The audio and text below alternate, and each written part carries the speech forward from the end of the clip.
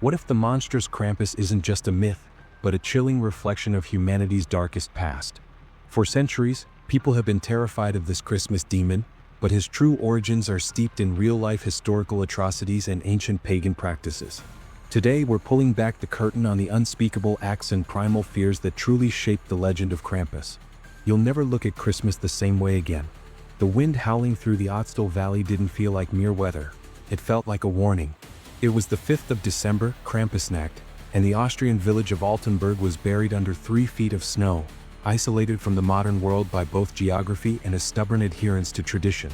Elias Vane, an American photojournalist with a penchant for the macabre, adjusted the aperture on his camera, his breath clouding the lens. He had come here expecting a tourist trap, a sanitized, alcohol-fueled parade where locals don plastic masks to scare children for Instagram likes. He was looking for the commercialization of fear, a story about how the internet had turned an ancient alpine demon into a meme.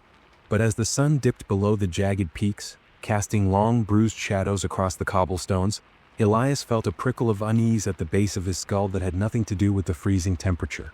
The atmosphere in Altenburg was electric, but the current running through the crowd wasn't joy.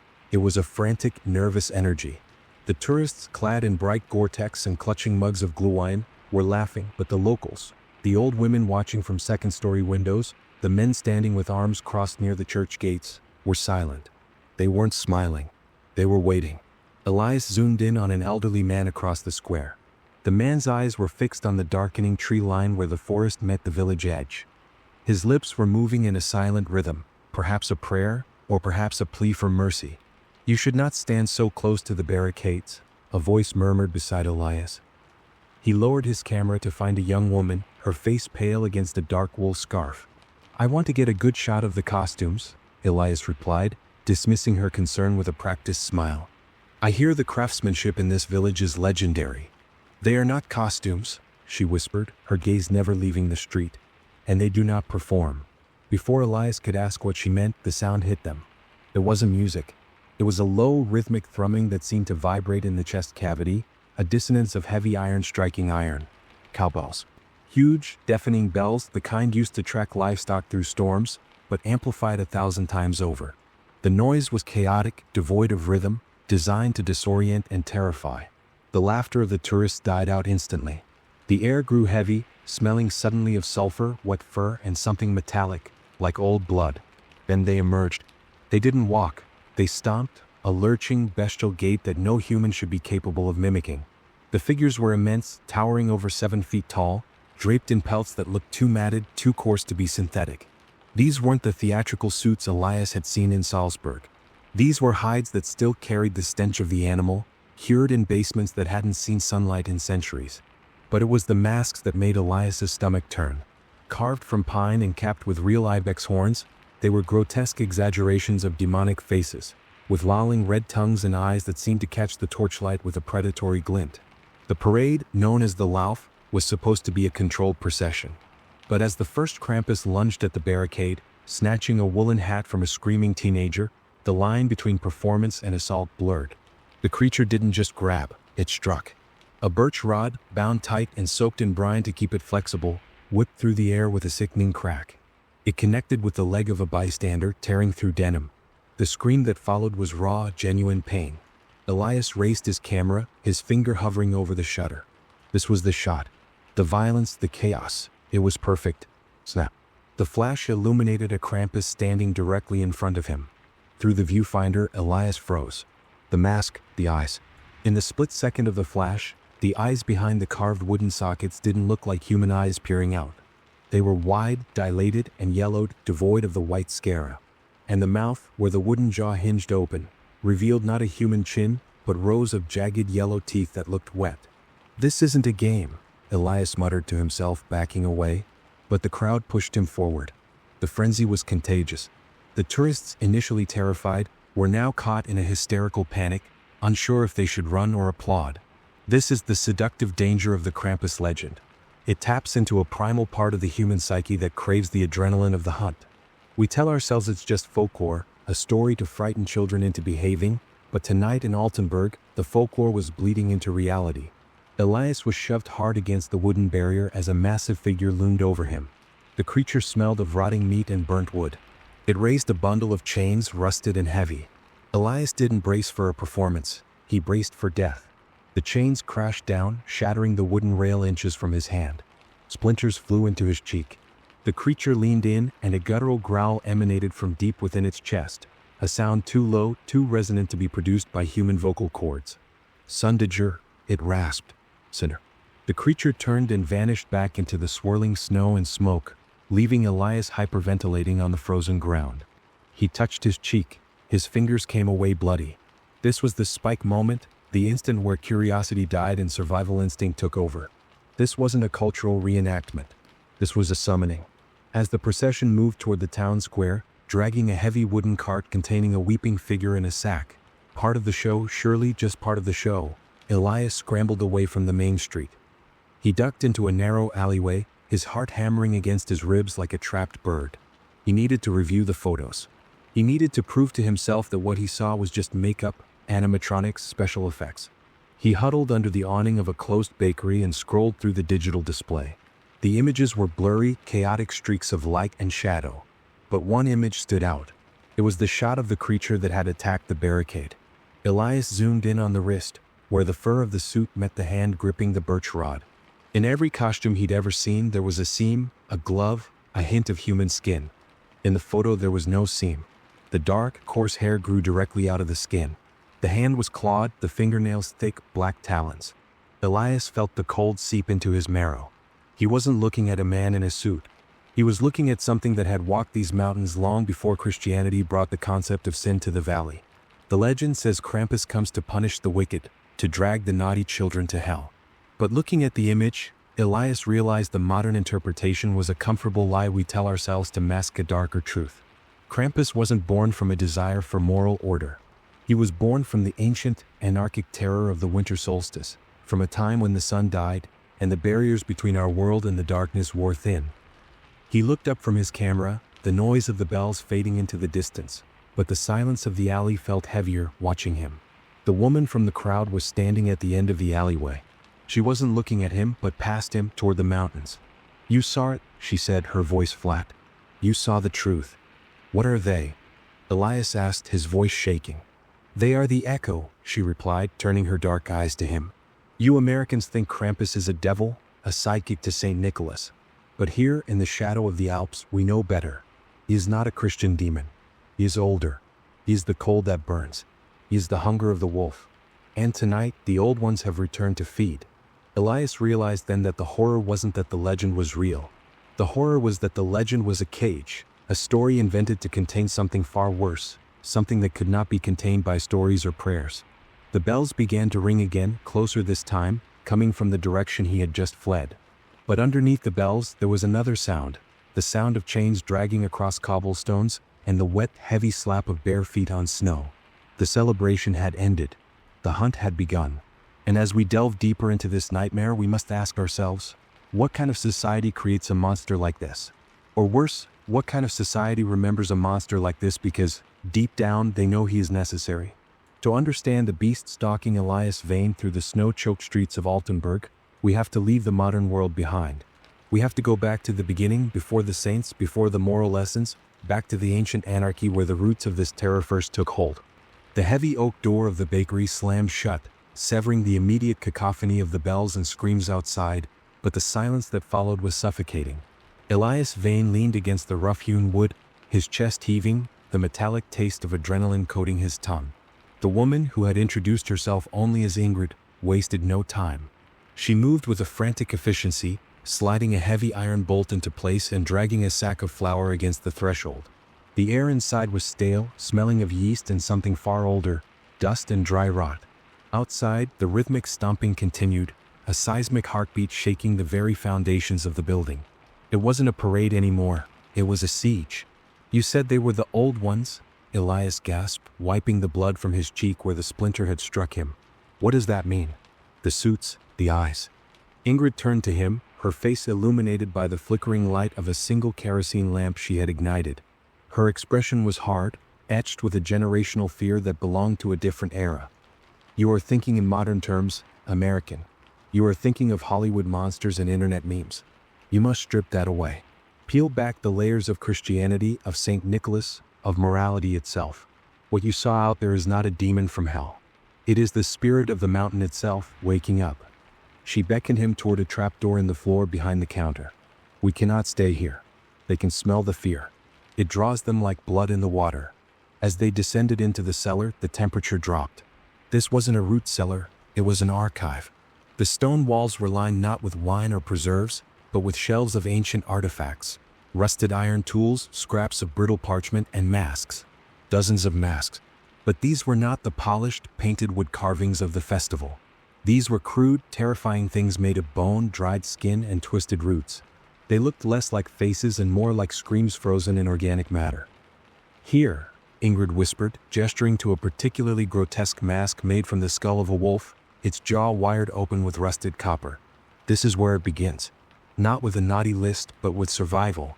Elias stared at the hollow sockets of the wolf skull. The narrative Ingrid began to weave wasn't a folklore lesson. It was a descent into the terrifying reality of pre-Christian Germania. Before the church bells ever rang in these valleys, the winter solstice was not a time of celebration. It was a time of absolute, crushing terror. The sun was dying. The days grew short, the nights interminable, and the cold was a physical entity that sought to enter your home and stop your heart. In these isolated alpine communities, the boundary between the living and the dead was thin during the Rauhnacht, the rough nights. The ancients, Ingrid explained, her voice low and trembling, did not believe in a benevolent creator during the winter. They believed in the wild hunt, die wild jagged, a spectral procession of ghosts and deities that roared across the sky, led by Wotan or the goddess Perchta. To step outside during the solstice was to risk being swept up in the madness, to be torn apart by the fury of the wind. Elias ran a hand over a set of rusted iron chains hanging from a hook. They were heavy, cold, and cruel. So they created Krampus to fight them? No, Ingrid corrected him sharply. They became them. To survive the monsters, they had to become monsters.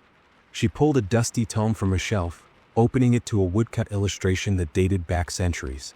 It depicted men dressed in furs and masks, but they weren't punishing children. They were running through the snow, beating the air with sticks, ringing bells violently. This is the Perchtenlauf, the running of the spirits.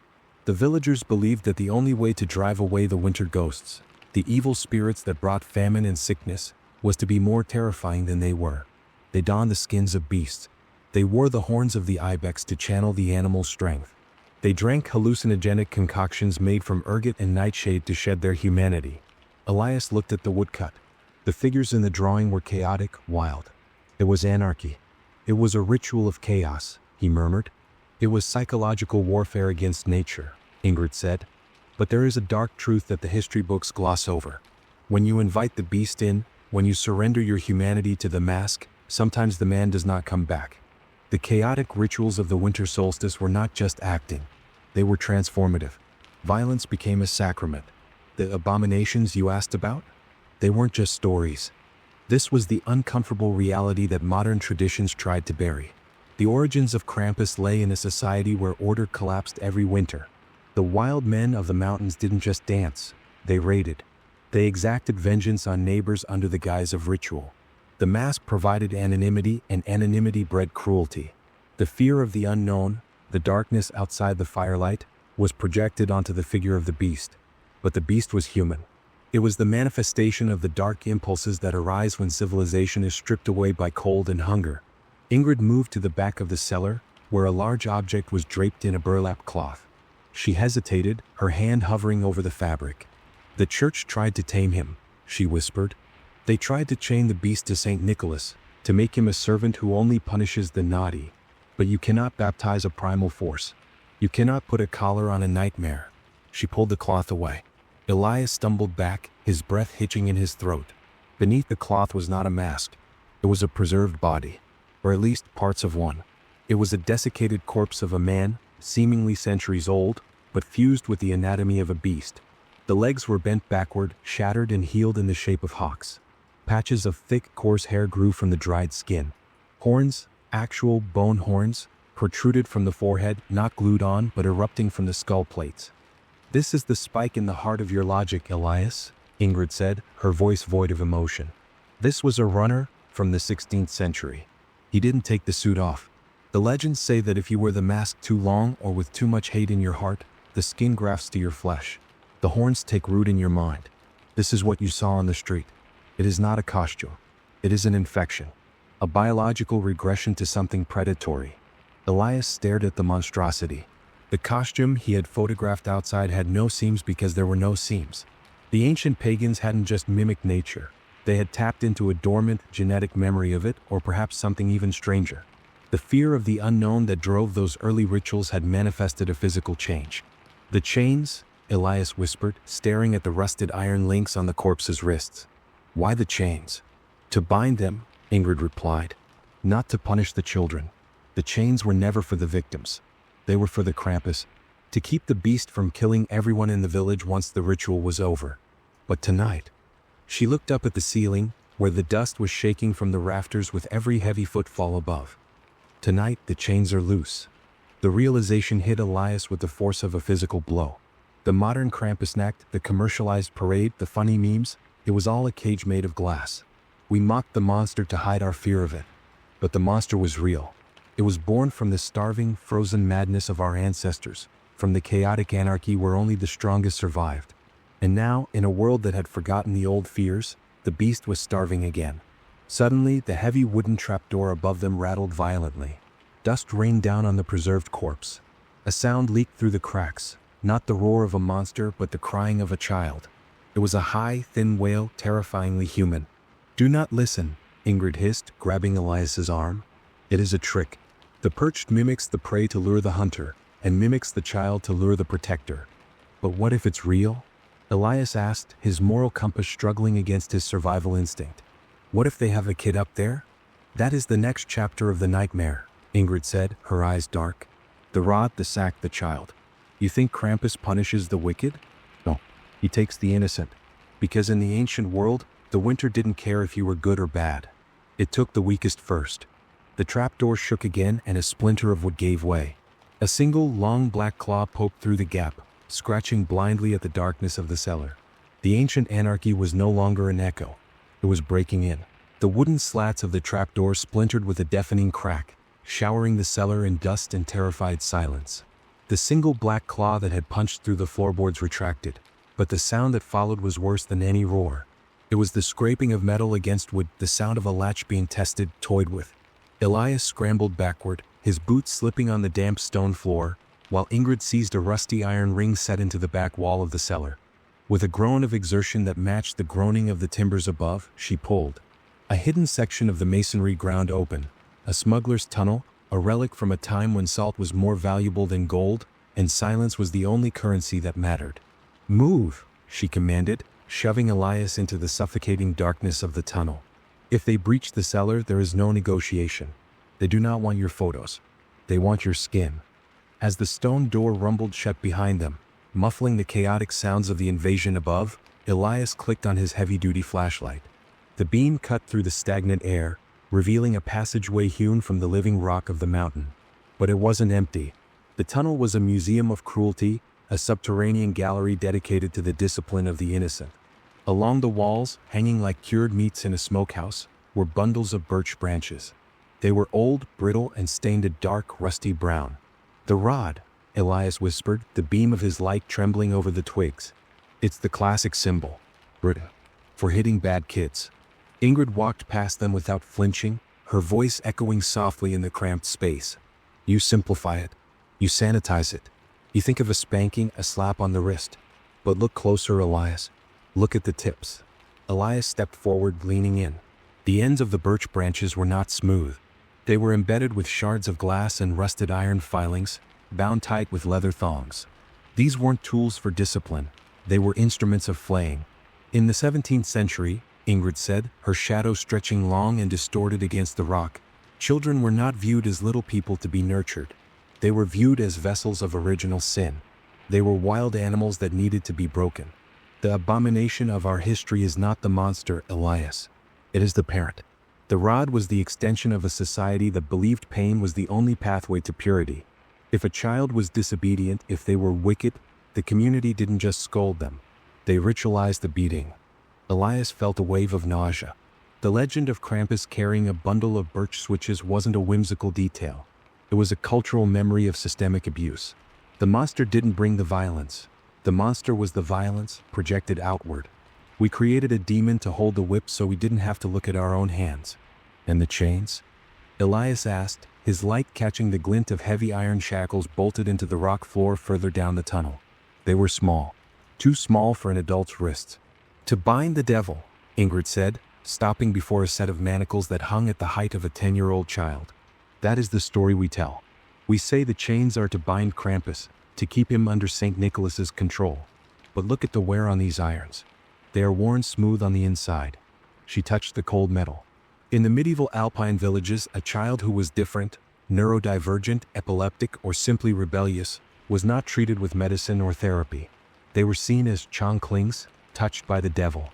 To cure them they were bound, chained to beds, to walls, to the heavy tables in the farmhouse. The rattling of chains you hear on Krampusnacht? It is not the sound of the captor. It is the sound of the captive. It is the sound of thousands of children, across hundreds of years, shaking the iron that held them in the dark. The tunnel suddenly opened into a wider chamber, and the air grew significantly colder. In the center of the room sat a pile of rotting fabric, canvas, burlap, stiff leather, sacks. Dozens of them piled haphazardly like refuse. This was the third tool. The sack, the basket, the tub. In every iteration of the legend, Krampus carries a container to stuff the naughty children into, carrying them off to his lair to be eaten or drowned. It is the ultimate threat. Be good or the man will take you away. Elias approached the pile. The sacks were not empty. They were filled with shapes, lumpy, irregular forms. He didn't want to look. He knew he had to. Why? He choked out. Why this fear of being taken? Because they were taken, Ingrid replied, her voice dropping to a whisper. History is a butcher, Elias. In times of famine, which were common here, mouths were expensive. In times of war, children were commodities. The sack represents the very real, very historical practice of disposing of the unwanted. Children sold into servitude in other valleys. Children sent to workhouses where they never returned. Or, in the darkest years, children who simply vanished into the woods because the family could not feed them. She picked up a tattered piece of burlap. Krampus is the face we put on the abduction. It is easier to say a demon took the child than to admit the village sold them or that they starved. He is the scapegoat for our neglect. Elias reached out and prodded one of the lumpy sacks with the toe of his boot. It yielded, soft and dense. He crouched down, his heart hammering against his ribs, and undid the rot-stiffened twine at the top of the nearest bag. He pulled it open. It wasn't a body. It was a doll. A crude, handmade doll, stuffed with straw and wrapped in old rags. But it had human hair. Real human hair sewn into the scalp. He opened another sack. Another doll. Another. The room was a mass grave of effigies. They are Opfer, Ingrid said, standing over him. Offerings. Offerings to whom? Elias asked, staring at the glassy button eyes of a doll that looked disturbingly like the child he had seen weeping in the cart earlier that evening. To the winter, she said. To him. You see, the legend says Krampus punishes the bad children. But that is the lie we tell to make the world feel fair. The truth is much worse. The predator does not care about morality. The wolf does not check the naughty list before it eats the lamb. The ancients knew this. They knew that to survive the darkness, a price had to be paid. Sometimes to save the village, you gave up the child.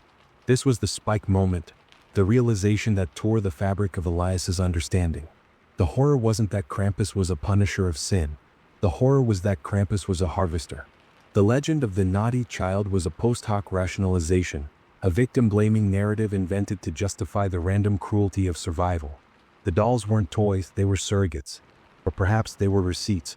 Suddenly, a sound echoed from the tunnel ahead of them, deeper in the mountain, not from the way they had come. It was the sound of a heavy, wet sack being dragged across stone. Ch-ch-ch-ch-k. S-ch-ch-ch-k. Elias froze, his light cutting into the black void ahead. Is that another way out? It is the only way out, Ingrid said, her face pale. But it leads to the Pershton shrine, the heart of the lair. The dragging sound stopped. Then a voice echoed from the darkness. It wasn't the guttural roar of the monster, nor the wail of a child. It was a rhythmic, chanting whisper, overlapping and discordant, sounding like dry leaves skittering on pavement. Geh nicht in den Sack. Geh nicht in den Sack. Don't go in the sack. They are mimicking the nursery rhymes, Elias realized, his blood running cold.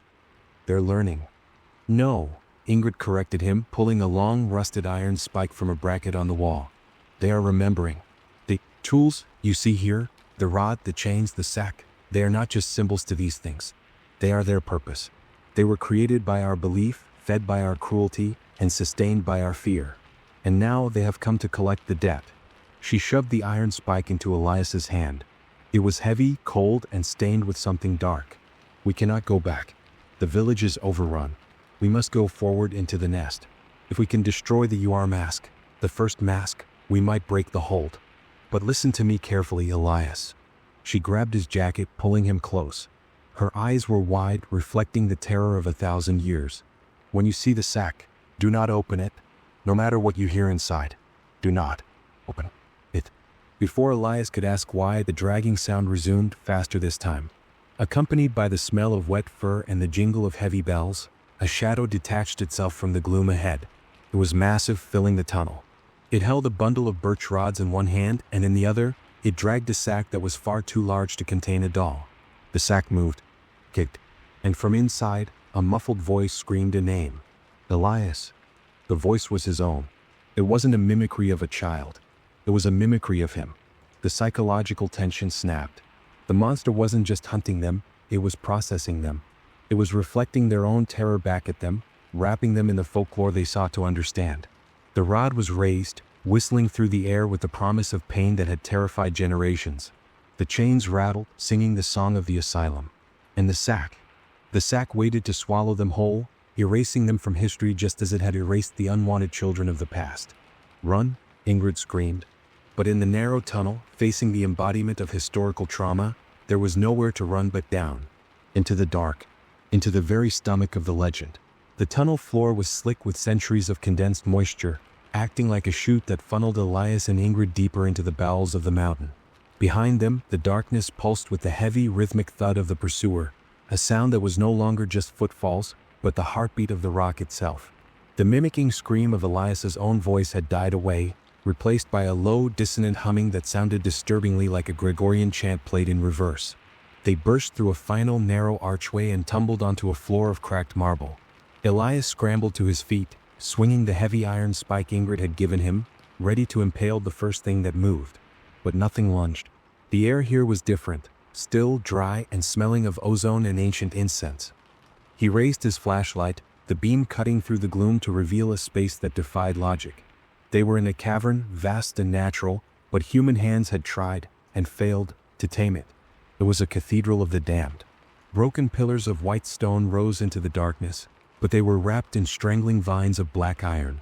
A shattered altar stood in the center, but instead of a crucifix, a massive set of antlers was mounted upon it, draped in rotting velvet vestments. This was the architectural battleground of a spiritual war that had raged for 1,000 years. "Where are we?" Elias whispered, his voice swallowed by the vastness. "The Chapel of the Bound," Ingrid replied, her voice echoing with a mix of reverence and revulsion. She walked toward the altar, her boots crunching on debris that looked like scattered bones. "You asked how the legend survived.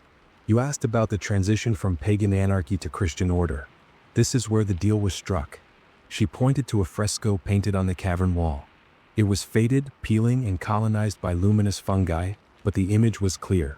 It depicted a tall, saintly figure in red robes, Saint Nicholas, standing with a hand raised in benediction.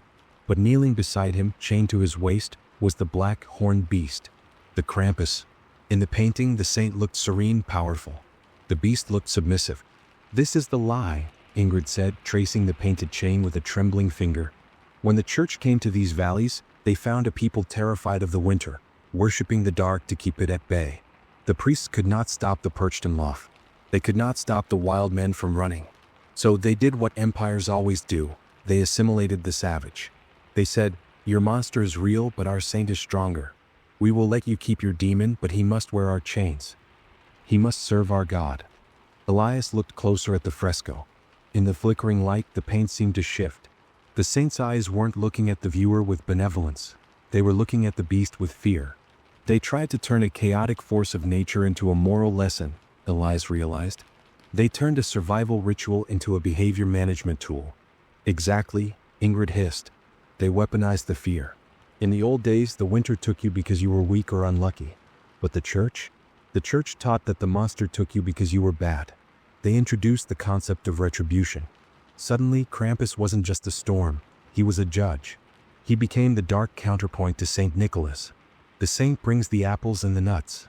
The devil brings the whip. It was a perfect system for social control. Elias turned away from the wall, the psychological weight of the history pressing down on him. This was the abomination of the legend. It wasn't just the monster, it was the way the monster had been used. For centuries, parents and priests had used the threat of this entity to enforce conformity. Be quiet. Be obedient. Do not question, or the man with the sack will come. It was trauma industrialized and sanctified. The fear of social ostracization, of being the naughty child, the outcast, was the fuel that kept the fire burning. But something went wrong, Elias said, looking around the ruined chapel. If the church controlled him, why are we running? Because you cannot baptize a nightmare, Ingrid said, moving toward the center altar. The chain was a metaphor, Elias, but the fear was real, and fear is food. The more they used Krampus to scare the children, the more they validated his existence. They poured so much psychic energy into the monster that he outgrew the saint. The shadow became longer than the man casting it. She stopped before the altar. Behind the antlers, in the shadows of the apse, sat a figure. It was a statue of Saint Nicholas, life-sized, seated on a throne of stone. But it had been defaced. The face of the saint had been chiseled away, leaving a jagged, featureless void. And draped over the statue's shoulders like a grotesque cape was a pelt. A fresh pelt. They bring him offerings here, Ingrid whispered. The villagers. The ones who still know. They don't pray to the saint anymore. They pray to the thing that eats the saint. Elias approached the defaced statue. Resting in the lap of the stone saying was a book. The golden book, the record of good deeds. But when Elias shone his light on the pages, they were black. Covered in thick, tar-like substances. And scratching across the pages were new names, carved into the paper with a claw. He saw his own name. Elias Vane. And next to it, a single word in German. Ungläubiger. Non-believer. The assimilation failed, Elias murmured. Krampus didn't become a Christian demon. He consumed the Christian wrapper. He's wearing the rituals like a skin suit. It is worse than that, Ingrid said, her voice dropping to a terrified whisper. The church taught that Krampus punishes the wicked. But look at the names, Elias. Look at the other names. Elias scanned the list. He saw names of children. He saw names of the elderly. He saw the name of the woman who ran the bakery. These weren't wicked people. They were just people. The retribution is a lie, Ingrid said. There is no moral order here. There is only the harvest. The church told us that if we were good, we would be safe. That is the most dangerous lie of all. It makes us docile. It makes us wait for a savior who is already dead. Crack. The sound came from the entrance of the cavern. The iron vines on the pillars vibrated. The entity from the tunnel had arrived. But it didn't charge. It stood in the archway, backlit by a sickly green luminescence that seeped from the tunnel walls. It was the creature Elias had photographed, but now, fully illuminated, the hybrid nature of it was undeniable. It wore the tattered remnants of a bishop's mitre, a mockery of St. Nicholas's hat, perched between its massive, curling horns. It held the golden staff of the saint, but the top was broken, sharpened into a spear. This was the ultimate blasphemy. This was the fusion of the two figures. There was no St. Nicholas and Krampus. There was only the entity that had devoured both roles. It was the judge and the executioner in one. The rod, the creature rumbled. The voice was tectonic, grinding stone against stone. It stepped forward, and the sound of 1,000 bells echoed, not from its belt, but from inside its body, as if its ribcage was a belfry. The chains? It continued, lifting a hand. The iron vines on the pillars writhed, responding to its command. The sanctuary was not a shelter, it was a trap. The church itself was the cage. The child, it finished, pointing a clawed finger at Elias. Ingrid grabbed Elias's shoulder. The cross. You have a silver cross on your camera strap. Use it. Elias fumbled, ripping the small silver charm off his gear, a gift from his grandmother, a token of safety. He thrust it forward, shouting the words of a prayer he hadn't spoken since childhood. Back. In the name of... The creature paused. It tilted its massive head, the wooden mask creaking. Then a sound erupted from it. A dry, wheezing sound. It was laughing. The creature didn't flinch. It reached out and snatched the silver cross from Elias's hand. The metal hissed, not because the flesh was burning, but because the cross was freezing instantly. With a casual flick of its thumb, the monster snapped the silver in two. "Your symbols are young," the creature rasped. "I was old when your god was born in the desert. I am the fear that made you invent him." This was the moment the intellectual shield shattered. Elias realized that the cultural analysis, the history lessons, the psychological theories, they were all useless. He was facing a primordial truth. The moral order of civilization is a thin veneer over the ancient, indifferent chaos of nature. We tell stories of retribution to make sense of suffering, to believe that pain has a purpose. But here in the dark, pain is just pain. The creature slammed the butt of the sharpened staff onto the marble floor. A fissure cracked open, racing toward the altar. The defaced statue of St. Nicholas crumbled, turning to dust. "The saint is dead," Ingrid screamed, backing away toward a dark crevice behind the altar. "The pact is broken. We are back in the rough nights." The creature lunged, closing the distance with terrifying speed. It didn't want to capture them. It wanted to punish them for the arrogance of believing they could understand it. The birch rod whistled through the air, expanding, the branches growing like tentacles. Elias dove for the crevice, dragging Ingrid with him. They squeezed through the rock just as the rod slammed into the stone where they had stood, shattering the floor. They were sliding down again, deeper, past the ruins of the church, past the lies of history, falling toward the center of the mountain. As they fell, Elias heard the creature roaring above them. But it wasn't a roar of anger. It was a roar of proclamation. "Niemand ist unschuldig." No one is innocent. The slide dumped them onto a pile of soft, cold snow. They were outside? No. Elias looked up.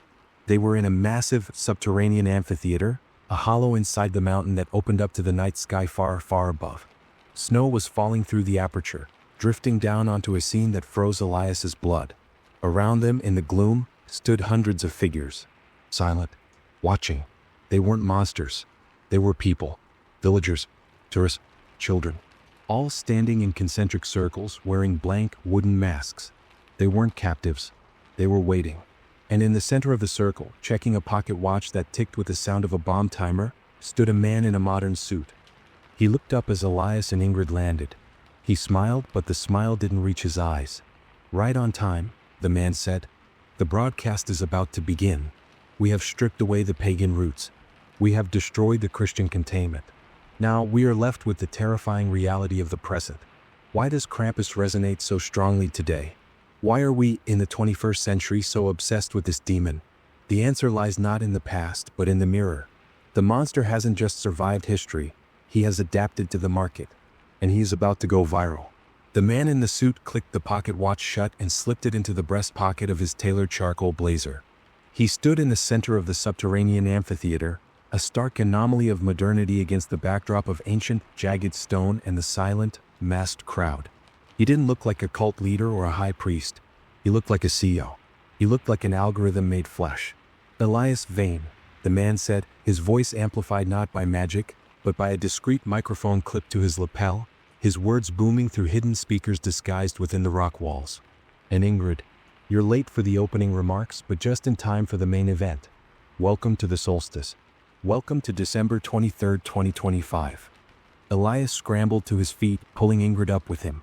The adrenaline that had fueled his flight through the tunnels was curdling into a cold, heavy dread. The crowd surrounding them, hundreds of silent figures in wooden masks, weren't holding torches or pitchforks. They were holding smartphones. Hundreds of pale, rectangular screens glowed in the darkness, all trained on him. The red recording lights blinked in unison, a constellation of digital eyes. "Who are you?" Elias demanded, gripping the broken shard of the iron spike, though it felt laughably inadequate against this new threat. "I am the curator," the man replied, spreading his hands in a gesture of mock benevolence. "I am the one who ensures the tradition survives the 21st century. You see, Elias, you came here looking for a story about ancient monsters. You wanted to know how a pagan demon survived the Christians. But you missed the most important question. How does he survive us?"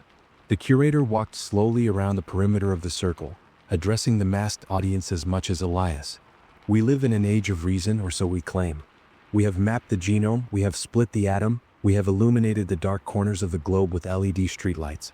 We told ourselves that monsters aren't real.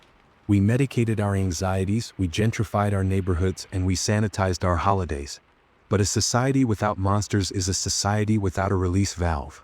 He stopped in front of Elias, his eyes cold and dead, reflecting the blue light of the screens. We missed the fear, Elias. We craved the judgment. Why do you think true crime is the most popular genre? Why do we doom scroll through tragedies? Why do we destroy people's lives on social media for the slightest infraction? We didn't kill Krampus. We crowdsourced him. Ingrid stepped forward, her face twisted in disgust. You are feeding it, she spat. You are not honoring the ritual. You are selling tickets to the apocalypse. I am providing a service. The curator snapped, his veneer of calm cracking for a second. Look at them. He gestured to the crowd. They traveled from all over the world. They paid thousands to be here. They don't want Santa Claus. Santa Claus is a lie parents tell children. But Krampus? Krampus is the truth. He represents the consequence. In a world where people get away with everything, where politicians lie and corporations steal, people are starving for a monster that actually punishes the wicked. We didn't drag Krampus into the modern world. We built him a throne. The ground beneath them shuddered. The snow falling from the aperture above turned black, as if the sky itself was rotting. The beast, the entity that had chased them through the tunnels, the thing that had destroyed the saint, emerged from the shadows of the amphitheater's entrance. It was colossal, a towering nightmare of matted fur and ancient hate. But it didn't roar. It stood still, posing. The crowd gasped, a collective intake of breath that sounded like wind rushing through a canyon. The smartphones raised higher. The flashes went off in a blinding stroboscopic wave. Elias realized with a sickening lurch that the beast wasn't attacking. It was performing. This is the spike moment of our civilization, the curator announced, his voice rising to a fever pitch. The moment we realize that we are not the victims of the monster. We are its producers. We feed it with our attention. We fatten it with our outrage. The rod is no longer a birch branch. It is the public shaming. The sack is no longer a basket. It is the cancellation, the deletion of the self. And the child? He pointed a manicured finger at Elias. The child is the one who still believes he is innocent. The beast stepped into the circle. Up close, Elias saw the truth that the camera lens couldn't capture. The creature's eyes were shifting, frantic. It was looking at the phones. It was looking at the curator. It wasn't the master here. It was a captive, bound not by chains of iron, but by the gaze of the audience. It was a primal force of nature trapped in a cage of spectacle. And it was furious. It doesn't like this, Ingrid whispered, backing away. You cannot domesticate the storm, and you cannot monetize the void. It does what I tell it to do. The curator shouted, pulling a device from his pocket, a high-frequency emitter. I control the narrative. I control the stream. He pressed a button. A high-pitched whine echoed through the chamber, a sonic leash designed to subdue the entity. The beast flinched, growling low in its throat. But then it stopped. It looked at the curator. It looked at the device. And then, slowly, deliberately, it reached up and tore the bishop's mitre from its head. It ripped the tattered vestments of St. Nicholas from its shoulders, exposing the raw, ancient muscle and the coarse fur beneath. The assimilation was over. The performance was over. The beast didn't roar. It laughed. It was the same dry, wheezing laugh Elias had heard in the chapel, but louder now, shaking the stalactites above. It lunged, not at Elias, but at the curator. The man in the suit didn't even have time to scream. The beast's hand, the size of a shovel, closed around his torso. The high-frequency emitter clattered to the floor, useless. The beast lifted the curator into the air as easily as a doll. The narrative is mine, the beast rasped, its voice sounding like the cracking of a glacier. With a sickening crunch, the beast threw the curator into the crowd. The mob didn't run. They didn't help him. They surged forward, phones recording, desperate to capture the violence, desperate to be part of the viral moment. They were the swarm. They were the true children of the sack. Elias, run. Ingrid screamed, pulling him toward a service tunnel concealed behind a bank of speakers. But Elias couldn't move. He was transfixed by the horror of the scene. The beast was tearing through the amphitheater, smashing the lights, overturning the speakers. It was dismantling the modern world that had tried to enslave it. It was reclaiming the darkness. The primal fear was back, stripping away the technology, the arrogance, the safety of the screen. The beast turned its gaze to Elias. It stepped over the scrambling crowd, ignoring the flashes, ignoring the screams. It walked straight to him. You have your story, witness, the creature growled, leaning down until its face was inches from Elias. The smell was overpowering, ozone, blood, and the deep, cold scent of the grave. You have seen the face of your society. You have seen that I am not the demon. I am the mirror. The creature reached out, not with claws but with a finger, and tapped the lens of the camera still hanging around Elias's neck. "Tell them," the beast whispered, "tell them I am coming. Not for the naughty, not for the wicked, but for the empty, for the ones who watch while the world burns." Then, with a roar that shattered the remaining floodlights, plunging the cavern into absolute darkness, the beast struck the ground. The floor beneath Elias gave way. He fell, tumbling into the void, the sound of the crowd's screams fading into the howl of the wind. Elias Vane woke up in the snow. He was lying on the outskirts of Altenburg, near the tree line where he had first seen the procession. The sun was rising, casting a pale, sickly light over the valley. His camera lay next to him, the lens cracked, the body battered. There was no sign of the tunnel, no sign of the amphitheater, and no sign of Ingrid. Had it been a hallucination? A hypothermic fever dream brought on by the storm? He picked up the camera. His hands were shaking uncontrollably. He popped the memory card out and fumbled it into his portable card reader, connecting it to his phone. The files were corrupted. Static. Noise. Except for one. The final video file. It was dated December 24th, 12 a.m. Elias pressed play. The video was shaky, filmed from his perspective in the cavern. It showed the beast towering over him. It showed the curator being thrown. It showed the crowd of masked tourists, their faces illuminated by the blue glow of their screens. But as the camera panned, it caught a reflection in a piece of polished black marble on the wall.